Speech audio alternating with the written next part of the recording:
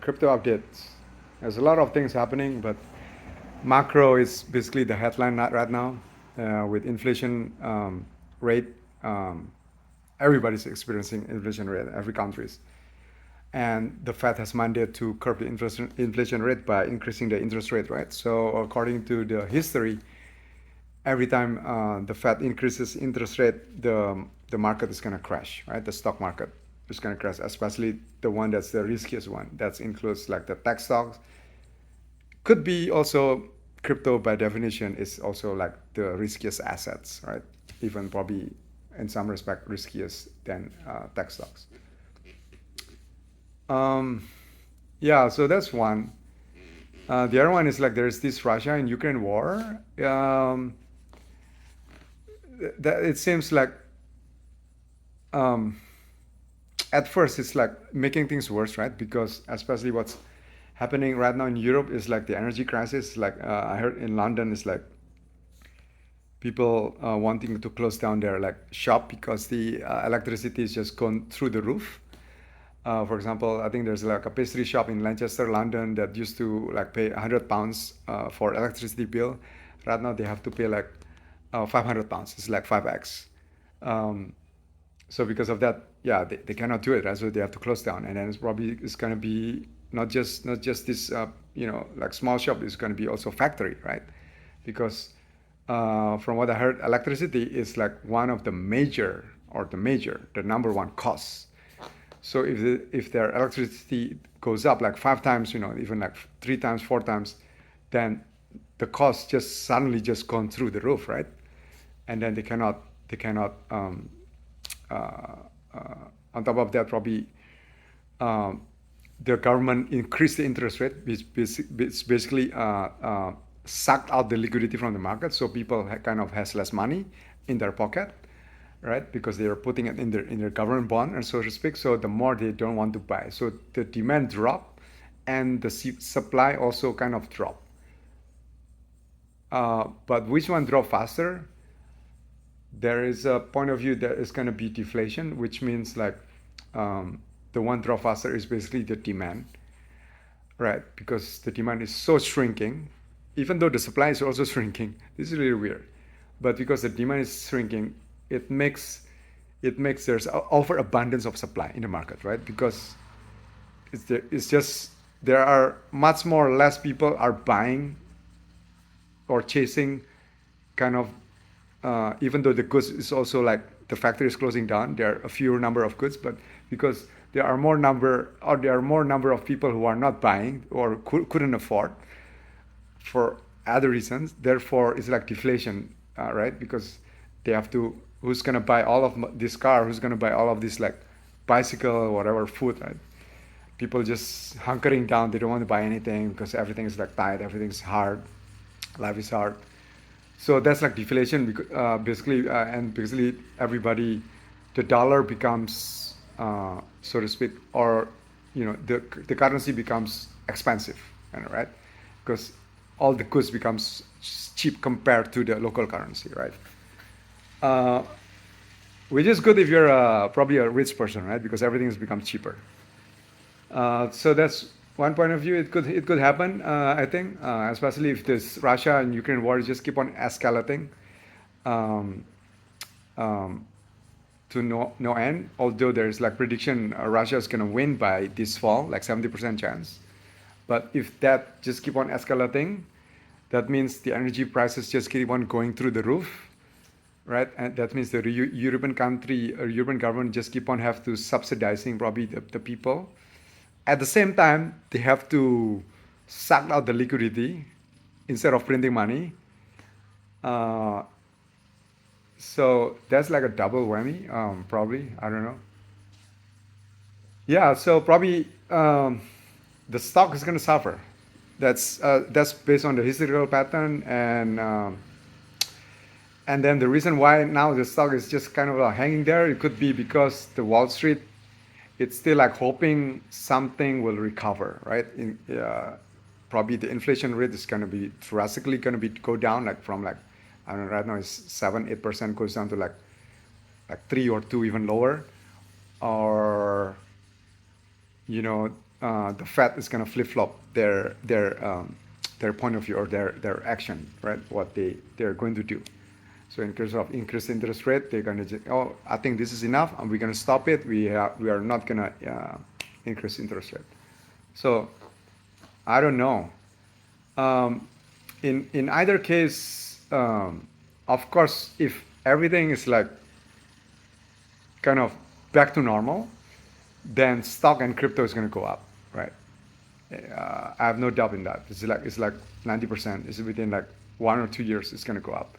But in the meantime, with this 1 year, is it going to go down again? I don't know. It feels like the crypto has already gone down a lot because of the uh, over leveraging that has been happening. Like Bitcoin already crashed like 70%, Ethereum crashed like 70% or 80%, something like that. Solana crashed like 80, 90%. There are other altcoins, there are small DeFi apps crashed like 99%, right? So, I mean, it could go down again, but for me, it's like, okay, probably it's going to go down probably another 50% from now. And that's even that, probably I would give it like a probability of 50%. Uh, but at the same time, it could, something could, like, I don't know, like a reverse psychology could happen because people think like, even though government is not printing money, people think that yeah, eventually within 1 year, you know, they have to like, I don't know, yeah, because printing money is gonna happen, like that's like kind of for sure every year, you know, but uh, this time the government, because the Fed's just okay, we print too much, you know, so that's why now they have to like do the opposite. But it's gonna happen again in 1 year and 2 years. You know, it's just it's a given. Like the only sure thing in life, right? Death, taxes, and also printing money. I think those three. Um, the other thing is like could be uncertain. So I don't know. There's another point of view that from prominent VCs that even though the stock market could crash because of the Fed increasing interest rate, crypto still could hold on, even like could go up. Uh, it could be the reason is because probably the more people lose trust in the government, right? You know, and and also it could be right now there's a lot of stable coin which is like back 1 to 1 to US dollars, so they could like rush or put it in stable coin, right? Because in stablecoin you kind of like maintain your like buying purchasing power. Um, yeah, and then yeah, so I don't know. Uh, it's a hard prediction. I would say that one like 50% chance it could go down another 50% more. But another 50% is just gonna go, just it's gonna be hanging there, and then it's gonna go up again, right? So, and then the other one I would like to point out is the evolution of this blockchain layer one. So right now there are like two kind of like, I think there's two kind of point of view. One is like the monolith blockchain. The other one is like a, I don't know if you're already aware. It's like the opposite of monolith. It's like a cluster of blockchain. The example of this is like Cosmos or Polkadot or even like Ethereum layer 2, like Optimism, Arbitrum, like could be Avalanche, Matic could be under that cluster, even though it's by design, but the architecture is not a pure cluster. The one that's I understand the one that's pure cluster is Avalanche, Polkadot, and Cosmos. So, and then the monolith is like the Solana, and then now there's a new blockchain, Swiss, Aptos, and then also it could be uh, uh, so Ethereum could be considered monolith, could be like cluster because Ethereum right now has so many layer two, like probably like I don't know, like already 5, 6, 7, 8 layer twos. So yeah, I would consider it as like monolith cluster. Anyway, so the thing is, these apps, these like once they become big, right? Like DYDX, for example, it used to be under Ethereum, but since they become big, and they decided to get out from Ethereum, right? Because they think the if you're still under Ethereum, you first you have to still pay tax on the Ethereum, right? And then second, you're because the architecture of Ethereum is not like personalized towards DYDX, because um, it's like you are in the you're under United States of America, right? So if Texas, Indiana, and Florida is under United States, right? So some of the law is like still using the U.S. Federation law, right? But if a state, for example, becomes so dominant, so like strong, they might want to like become independent on their own, like become their own country. So it's like that. So I tend to agree with that point of view, and it seems there's quite a few examples on the decentralized apps that kind of become independence, and they when they become independence, they go towards Cosmos. So now the question is like, is the pattern is gonna keep on continuing towards that, you know, or is this just kind of an outlier? Yeah, there's so many things there. Like depend like if yeah if it's like ideally if you're already big enough, then could be there's a chance you want to become independent, right? But also, even though you're big enough, even like California is like the number one state in the U.S., they still like want to be part of the U.S., right? Because there's some things that can be still shared. So there is that thing. So I'm not sure. I would say right now it's still like 50-50. You know, it's like between the monolith and this Cosmos like architecture blockchain. Oh, by the way, like the Avalanche and what's the other one? Polkadot. Polkadot seems not sure. I haven't heard much about Polkadot. I tried it once. I don't like it. It seems like too complicated. Um, Cosmos, I like it. So so either for now, for me, this is not financial advice. Okay, so I think there's a room for monolith, and there's a room for like a cluster of blockchain that are independent towards each other, and so therefore they have their own miners, they have their own validators, they can like really personalize their like um, uh, uh, design requirements, and then it's right like it's some not everything need a composability, right? Because the the premise of a monolith blockchain that everything is under one architecture, so everything can be like become composable towards one another. It's like building a Lego block, right? But if you are not under that platform, it's kind of hard to be composable. But then the argument, this the another argument is like, not everything has to be composable. Sometimes you just have to. That's correct, but that's like looking at it kind of like a narrow point of view is our like because we are used to this like old world paradigm. We used to have this kind of, oh, it has to be like this, it cannot be like that, right? Because this is like for the first time ever in the world of finance, crypto is making everything is like open, like permissionless, right? So because of that, like the combination of things to be built on top of that is like kind of we couldn't even imagine it, right? Until somebody built it, and then we see like, whoa, that is possible, that is amazing. Like even before like the invention of iPhone, right? People couldn't imagine what the smartphone could be, right?